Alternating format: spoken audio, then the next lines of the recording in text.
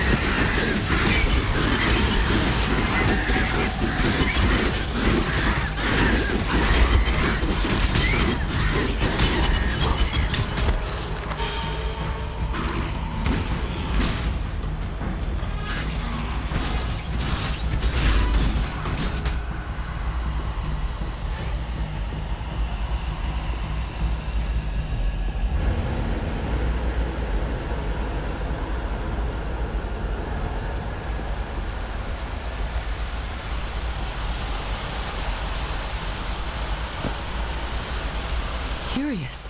With the death of the last monster here, the very air itself feels different. I wouldn't use the word purified, but you've definitely negated the pile over this place. I'll stay here for now and make sure nothing dangerous re-emerges. Welcome to our new hideout, Exile. I'll start getting it set up.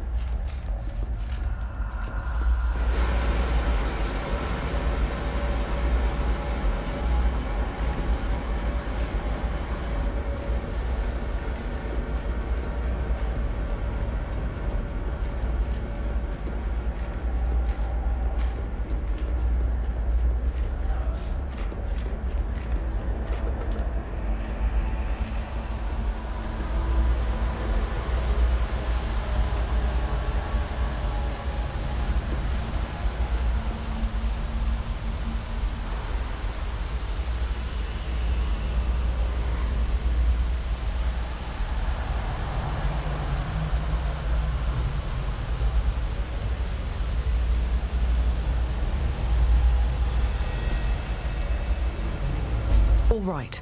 I've taken the liberty of performing a few tests. There are a few magical modifications the Transmutia device can make that are safe every time. Try enhancing a piece of equipment now. Let's see if my results hold. I retrieved the Transmutia device from the Chamber of Sins, and I believe I can rig it to imbue equipment with magical modifications. This may involve minor meddling with dark forces we don't understand, but we'll have to take that risk. Wraeclast is a dangerous place, and we'll never get anywhere by playing it safe. As long as we treat the process scientifically and approach it methodically, we should be able to craft equipment to our needs. Malachi himself gave this Transmutia device to Malagaro. It makes me incredibly uncomfortable to think about the horrors that it helped bring into being. But I must remind myself that science is not responsible for what happened in the Chamber of Sins. Science provides tools for mankind to manipulate the world. It is up to each of us to choose to do good or evil with the power so provided. Malagaro was the evil responsible, and Malachi before him. Together, you and I are going to start using this device to undo the damage they did.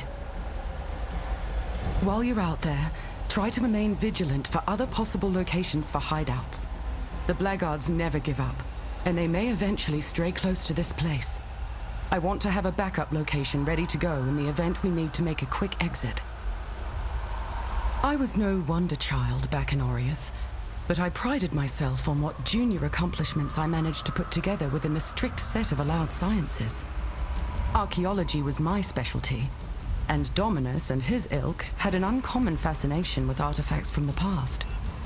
And I was told I was crucial, that I was important, because I could tell whether an artifact was truly Vaal simply by running my hand along faded stone patterns. I may have had a head slightly too big for my shoulders. When the Ebony Legion made available an archaeologist position on their expedition to Rayclast, and nobody volunteered, I thought my colleagues were all simply afraid of continental dangers. No, they knew better. None were allowed to speak it openly, but they knew. I didn't find out what kind of society I was truly a part of until I saw Piety's aspirations. I studied the Vaal. I knew all about their downfall, or at least our Templar-twisted perception of it. Piety's ocean of slaughter. The Vaal called their hubris the apex of sacrifice. The Eternal Empire called theirs the Purity Rebellion. We call ours the Temple of Lunaris. And I know nothing, Exile. Nothing at all. Save that we are doomed to repeat the mistakes of the past unless we learn the hard way. When I first met him, I underestimated Einhar. Coming from the poorest of Ezamites, themselves already a battered people in this region of the world, Einhar struck me as someone who could contribute brawn to our cause, but not much else. How wrong I was. If anyone can decipher the dark design afflicting the creatures of Rayclast, it's him. I've been looking for the source of all this, an equation or overall pattern, but he's unknowingly taken an empirical approach. By learning about and understanding every single corrupted animal and the energies their blood contains, he's done more to advance our understanding of the problem than I could ever have done myself. One day, he may even solve the symptoms of corruption without ever understanding the root cause. Make no mistake, Exile, that's impressive. A humanistic brute force approach to a cosmic problem. I find Navali's state of existence curious. She is present, sapient, and capable of self-directed action. In a land where the dead continually rise as mindless monsters, intent on nothing but destruction, Navali stands as a stark outlier. I suspect that she is trustworthy, only because of some Karui essence that still remains from her life before, carrying with it honor, duty, and respect. Were it Piety or Dominus returning in such a form, the consequences would be unthinkable.